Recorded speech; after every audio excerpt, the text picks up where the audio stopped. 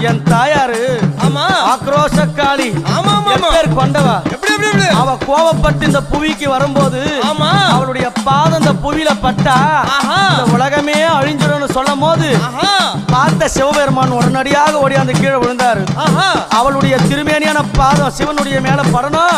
பட்டோனே அவன் கோபம் தெளினு கீழே இருக்கிற கணவனும் தெரிஞ்சு கூட எங்க அம்மா அவ கட்டி நல்ல அம்மா கணவனைய அவ கட்டிய கட்டிய கணவனைய அவ காலால காலால மேதித்தவளா கணவனே அவ கட்டிய அம்மா கணவனைய அவ காலால அம்மா மேதித்தவளா அவ புலித்தோளாட காரியா